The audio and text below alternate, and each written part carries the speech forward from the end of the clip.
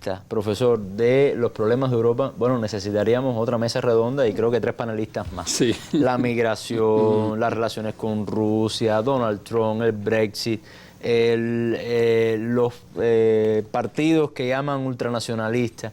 Y yo me pregunto, quizás usted pueda ayudar a responder esa pregunta. ¿Tiene la capacidad Europa de hacerle frente a todo esto?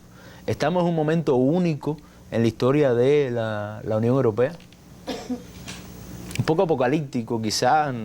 Sí, yo diría que esta situación no es nueva en Europa. Esto que estamos viendo en Europa ha pasado antes.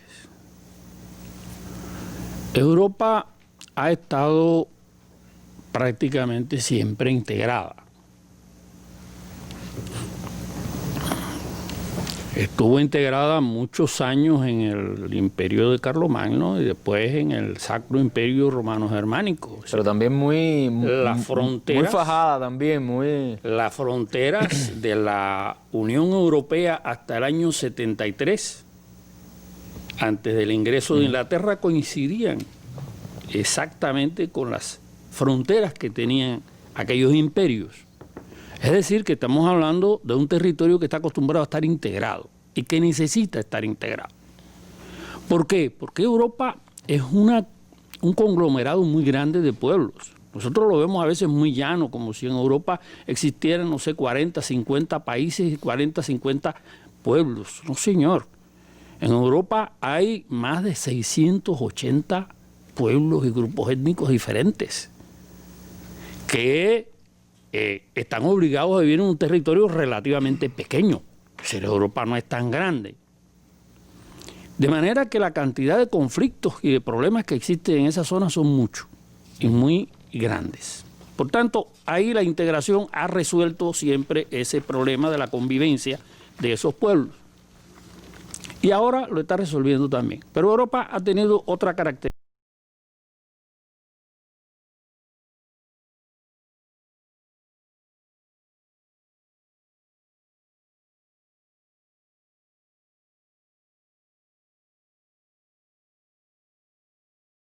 Ponía el Imperio Ruso, era el zar, con la Santa Alianza.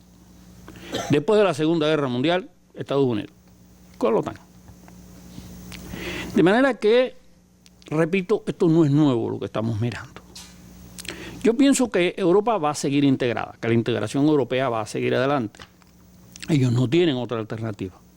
Pero pienso que va a ser una integración diferente a la que tenemos hoy. Porque la que tenemos hoy tiene, como tú decías, toda una serie de contradicciones que algunas de ellas son, algunas no, la mayoría son sistémicas, que no la puede resolver Europa en la forma en que se están conduciendo los acontecimientos hoy. Los europeos y el mundo necesitan una Europa unida. Y es más, necesitan una Europa fuerte para que contribuya al equilibrio del mundo, como decía José Martí. Pero esta Europa de hoy, dependiente en cuestiones fundamentales de Estados Unidos y apoyando en cuestiones fundamentales a Estados Unidos, no contribuye al equilibrio del mundo. Por tanto, no es buena ni para el mundo ni para los pueblos europeos. Contribuye al desequilibrio, más bien. No es buena ni para los pueblos europeos ni para el mundo. Y yo decía que se avisora de manera paulatina, pero ineludible, se avisora una nueva estructura de seguridad en Europa, que garantice que Europa juegue el papel que está llamada a jugar.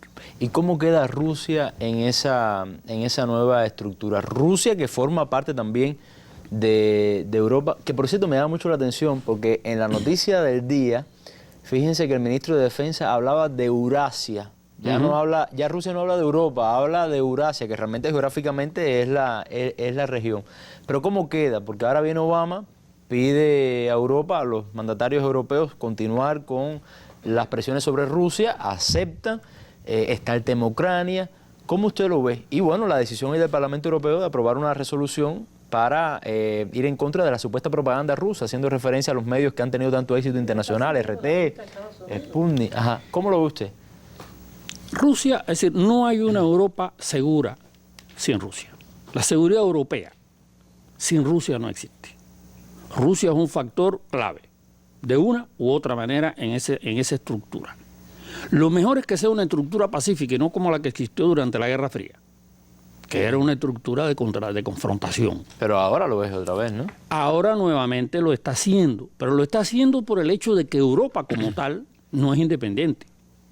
Es decir, el único que gana con la confrontación entre Europa y Rusia es Estados Unidos.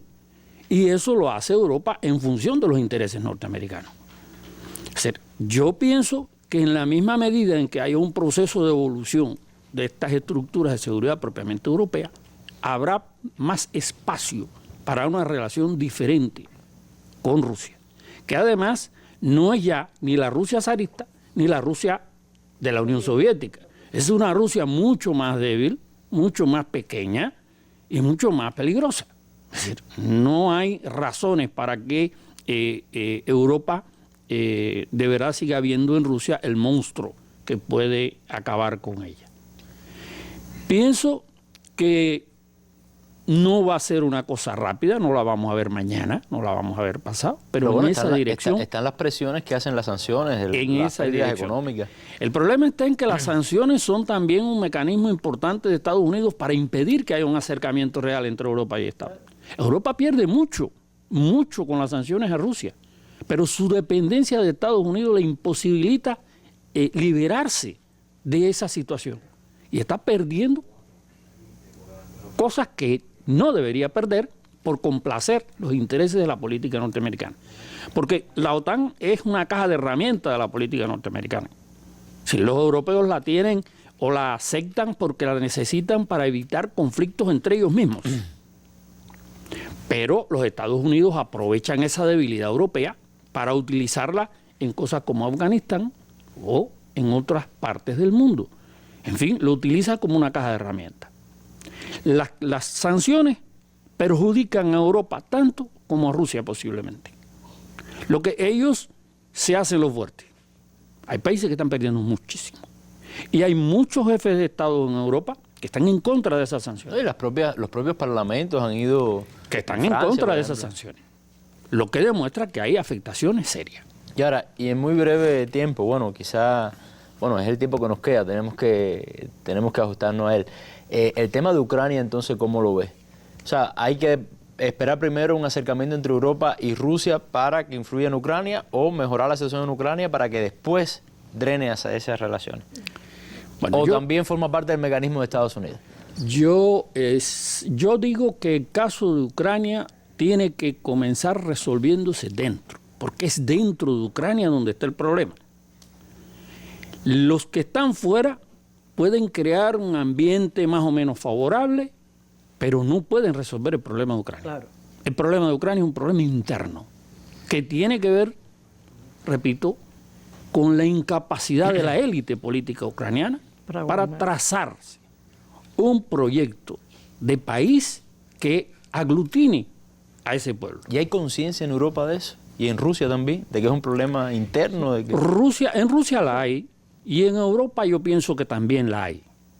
Lo que pasa es que los europeos no tienen más remedio que echarle la culpa a los rusos. Bueno.